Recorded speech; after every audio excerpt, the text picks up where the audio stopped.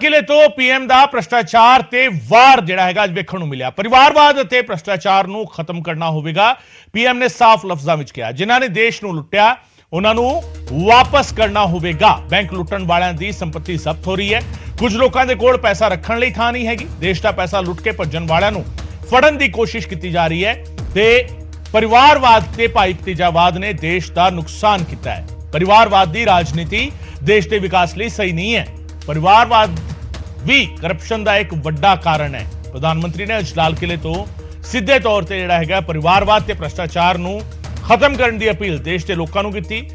ਇਸ ਦੇ ਨਾਲ ਹੀ ਭ੍ਰਿਸ਼ਟਾਚਾਰ ਨੂੰ ਲੈ ਕੇ ਉਹਨਾਂ ਨੇ ਸਿੱਧੇ ਤੌਰ ਤੇ ਸਵਾਲ ਜਿਹੜੇ ਹੈਗੇ ਉਹ ਚੁੱਕੇ ਦੇਸ਼ ਦੇ ਸਾਹਮਣੇ ਤੇ ਆਮ ਜਿਹੜੇ ਲੋਕ ਨੇ ਉਹਨਾਂ ਨੂੰ ਅਪੀਲ ਕੀਤੀ ਕਿ ਭ੍ਰਿਸ਼ਟਾਚਾਰ ਅਤੇ ਪਰਿਵਾਰਵਾਦ ਨੂੰ ਜੜੋਂ ਖਤਮ ਕਰਨਾ ਹੋਵੇਗਾ। ਭ੍ਰਿਸ਼ਟਾਚਾਰ ਦੇ ਤੇ ਭ੍ਰਿਸ਼ਟਾਚਾਰੀ ਦੇ ਖਿਲਾਫ ਇੱਕ ਨਫ਼ਰਤ ਜਦੋਂ ਤੱਕ ਸਾਡੇ ਜ਼ਿਹਨ ਵਿੱਚ ਨਹੀਂ ਆਵੇਗੀ ਉਦੋਂ ਤੱਕ ਇਹ ਖਤਮ ਨਹੀਂ ਹੋਵੇਗਾ।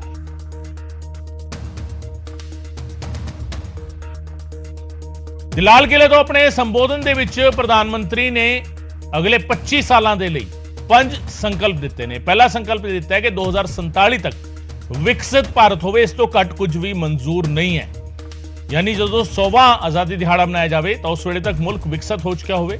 ਦੂਜਾ ਸੰਕਲਪ ਇਹ ਸੀਗਾ ਗੁਲਾਮੀ ਦੀ ਮਾਨਸਿਕਤਾ ਤੋਂ ਆਜ਼ਾਦੀ ਹੋਵੇ। ਕਿਸੇ ਵੀ ਸ਼ਖਸ ਦੇ ਜ਼ਿਹਨ ਵਿੱਚ ਗੁਲਾਮੀ ਦਾ ਥੋੜਾ ਜਿਹਾ ਵੀ ਇੱਕ ਅਹਿਸਾਸ ਨਹੀਂ ਹੋਣਾ ਚਾਹੀਦਾ।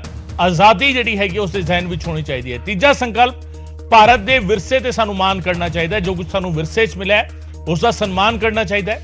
ਚੌਥਾ ਸੰਕਲਪ ਏਕਤਾ ਤੇ ਇਕਜੁੱਟਤਾ ਤੇ ਪ੍ਰਧਾਨ ਮੰਤਰੀ ਨੇ ਜ਼ੋਰ ਦਿੱਤਾ। ਦੇਸ਼ ਵਿੱਚ ਏਕਾ ਹੋਣਾ ਚਾਹੀਦਾ, ਇਕਜੁੱਟਤਾ ਹੋਣੀ ਚਾਹੀਦੀ ਹੈ।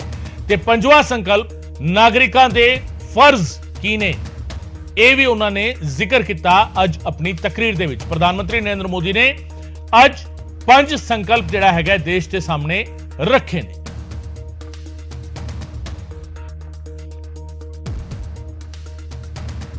ਤੇ ਪ੍ਰਧਾਨ ਮੰਤਰੀ ਨਰਿੰਦਰ ਮੋਦੀ ਦੇ ਸੰਬੋਧਨ ਦੀਆਂ 10 ਵੱਡੀਆਂ ਗੱਲਾਂ ਵੀ ਤੁਹਾਨੂੰ ਦੱਸ ਰਹੇ ਹਾਂ। ਪ੍ਰਧਾਨ ਮੰਤਰੀ ਨੇ ਕਿਹਾ ਕਿ ਭਾਰਤ ਮਦਰ ਆਫ ਡੈਮੋਕ੍ਰੇਸੀ ਹੈ। ਨਾਲ ਹੀ ਉਹਨਾਂ ਨੇ ਕਿਹਾ ਕਿ ਜੈ ਜਵਾਨ ਜੈ ਕਿਸਾਨ ਜੈ ਵਿਗਿਆਨ ਦਾ ਜ਼ਿਕਰ ਉਹਨਾਂ ਨੇ ਕੀਤਾ ਤੇ ਜੈ ਅਨੁਸੰਧਾਨ। ਅੱਜ ਉਹਨਾਂ ਨੇ ਰਿਸਰਚ ਦੇ ਲਈ ਜਿਹੜਾ ਹੈਗਾ ਇੱਕ ਨਵਾਂ ਨਾਰਾ ਦਿੱਤਾ, ਜੈ ਅਨੁਸੰਧਾਨ। ਵਿਭਿੰਨਤਾ ਯਾਨੀ ਵੰਨ-ਸੁਵੰਨਤਾ ਦੇਸ਼ ਦੀ ਮਹਾਨ ਸ਼ਕਤੀ ਹੈਗੀ ਹੈ। ਪ੍ਰਧਾਨ ਮੰਤਰੀ ਨੇ ਅੱਜ ਇਹ ਕਿਹਾ ਆਪਣੀ ਤਕਰੀਰ ਦੇ ਵਿੱਚ। ਇਸ ਦੇ ਨਾਲ ਹੀ ਉਹਨਾਂ ਨੇ ਕਿਹਾ ਕਿ ਭ੍ਰਿਸ਼ਟਾਚਾਰ ਨੂੰ ਖਤਮ ਕਰਨਾ ਬੇਹੱਦ ਜ਼ਰੂਰੀ ਹੈ। ਪਰਿਵਾਰਵਾਦ ਤੇ ਭਾਈ ਭਤੀਜਾਵਾਦ ਦੇ ਨਾਲ ਦੇਸ਼ ਨੂੰ ਨੁਕਸਾਨ ਹੋਇਆ। ਪ੍ਰਧਾਨ ਮੰਤਰੀ ਨੇ ਅੱਜ ਆਪਣੀ ਤਕਰੀਰ ਦੇ ਵਿੱਚ ਇਸ ਗੱਲ ਦਾ ਵੀ ਜ਼ਿਕਰ ਕੀਤਾ ਔਰ ਇਹ ਪਰਿਵਾਰਵਾਦ ਭਾਈ ਭਤੀਜਾਵਾਦ ਸਿਰਫ ਰਾਜਨੀਤੀ ਦੇ ਵਿੱਚ ਨਹੀਂ, ਇਹ ਹਰੇਕ ਖੇਤਰ ਦੇ ਵਿੱਚ ਨਜ਼ਰ ਆ ਰਿਹਾ। ਪ੍ਰਧਾਨ ਮੰਤਰੀ ਨੇ ਇਸ ਦਾ ਵੀ ਜ਼ਿਕਰ ਕੀਤਾ। ਜਿਨ੍ਹਾਂ ਨੇ ਦੇਸ਼ ਨੂੰ ਲੁੱਟਿਆ ਉਹਨਾਂ ਨੂੰ ਉਹ ਪੈਸਾ ਵਾਪਸ ਕਰਨਾ ਹੋਵੇਗਾ। ਪ੍ਰਧਾਨ ਮੰਤਰੀ ਨੇ ਅੱਜ ਇਹ ਵੀ ਆਪਣੀ ਤਕਰੀਰ ਦੇ ਵਿੱਚ ਕਿਹਾ ਕਿ ਬੈਂਕ ਲੁੱਟਣ ਵਾਲਿਆਂ ਦੀ ਸੰਪਤੀ ਜ਼ਬਤ ਹੋ ਰਹੀ ਹੈ। ਅਗਲੇ 25 ਸਾਲ ਦੇਸ਼ ਦੇ ਲਈ ਬਹੁਤ ਮਹੱਤਵਪੂਰਨ ਨੇ। ਦੇਸ਼ ਦੇ ਵਿੱਚ ਮਹਿਲਾਵਾਂ ਦਾ ਸਤਿਕਾਰ ਜ਼ਰੂਰੀ ਹੈ। ਪ੍ਰਧਾਨ ਮੰਤਰੀ ਨੇ ਕਿਹਾ ਪਾਣੀ ਤੇ ਬਿਜਲੀ ਬਚਾਉਣ ਤੇ ਜ਼ੋਰ ਦਿੱਤਾ। ਪ੍ਰਧਾਨ ਮੰਤਰੀ ਨੇ 10 ਅਹਿਮ ਗੱਲਾਂ ਪ੍ਰਧਾਨ ਮੰਤਰੀ ਦੇ ਤਕਰੀਰ ਦੀਆਂ। ਪ੍ਰਧਾਨ ਮੰਤਰੀ ਦੀ ਇਸ ਤਕਰੀਰ 75 ਵਰੇ ਆਜ਼ਾਦੀ ਦੇ ਮੁਕੰਮਲ ਹੋਏ ਨੇ। 76ਵੇਂ ਆਜ਼ਾਦੀ ਦਿਹਾੜੇ ਮੌਕੇ ਪ੍ਰਧਾਨ ਮੰਤਰੀ ਦੇ ਸੰਬੋਧਨ ਦੀਆਂ ਇਹ 10 ਵੱਡੀਆਂ ਗੱਲਾਂ ਨੇ।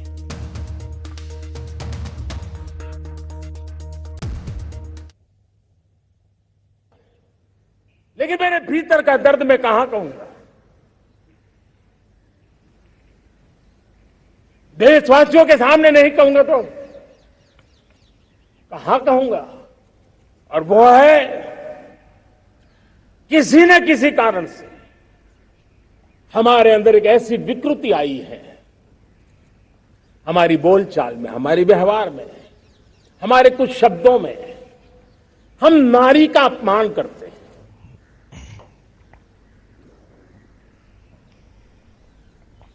क्या हम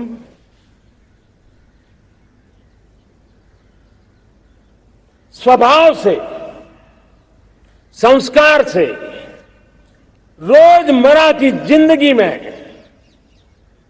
नारी को अपमानित करने वाली हर बात से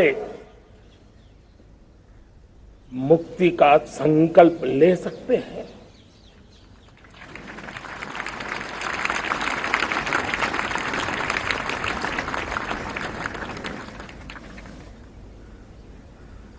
नारी का गौरव,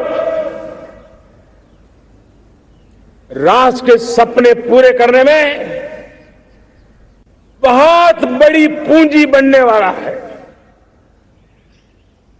ये सामर्थ्य मैं देख रहा हूं और इसलिए मैं इस बात का आग्रही हूं।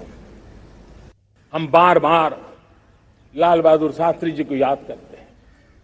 जय जवान जय किसान का उनका मंत्र आज भी देश के लिए प्रेरणा है। बाद में अटल बिहारी वाजपेयी जी ने जय विज्ञान कह करके उसमें एक कड़ी जोड़ दी थी और देश ने उसको प्राथमिकता दी थी।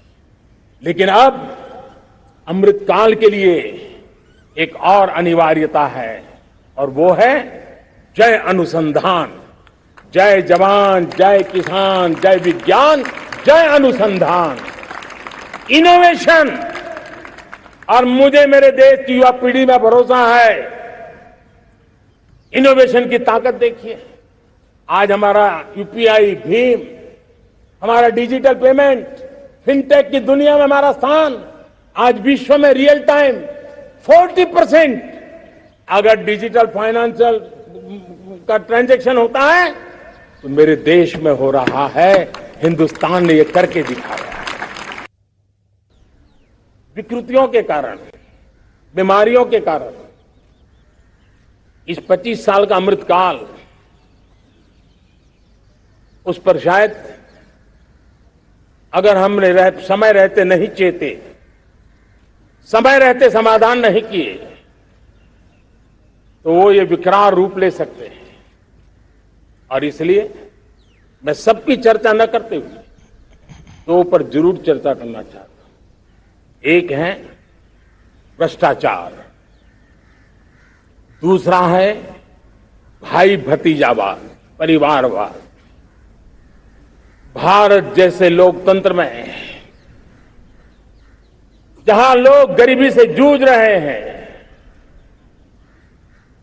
जब एक तरफ से देखते हैं कि एक तरफ वो लोग हैं जिनके पास रहने के लिए जगह नहीं है, दूसरी पर वो तरह लोग हैं जिनको अपना चोरी किया हुआ माल रखने के लिए जगह नहीं है।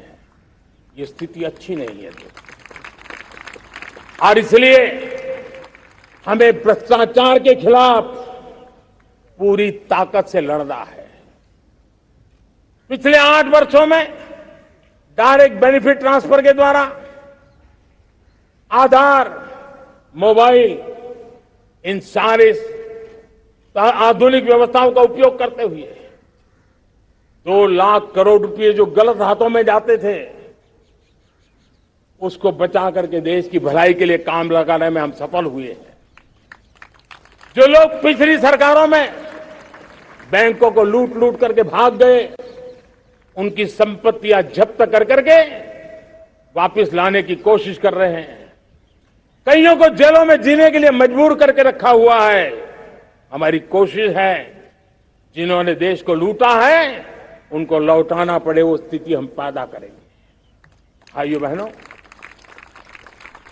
अब भ्रष्टाचार के खिलाफ मैं साफ देख रहा हूं कि हम एक निर्णायक कालखंड में कदम रख रहे हैं। बड़े बड़े चमरबंदी भी बच नहीं पाएंगे।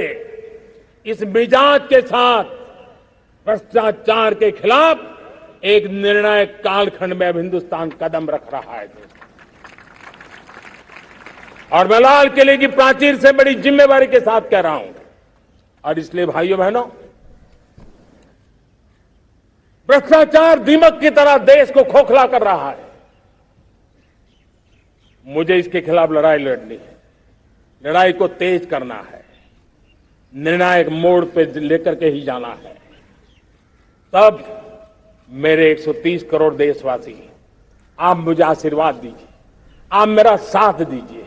मैं आज आपसे साथ मांगने आया, आपका सहयोग मांगने आया हूं ताकि मैं इस लड़ाई को लड़ पाऊं, इस लड़ाई को देश जीत पाए और सामान्य नागरिक की जिंदगी भ्रष्टाचार ने तबाह करके रखी हुई है। मैं मेरे इन सामान्य नागरिक की जिंदगी को फिर से शान बान शान के लिए जीने के लिए रास्ता बनाना चाहता हूं।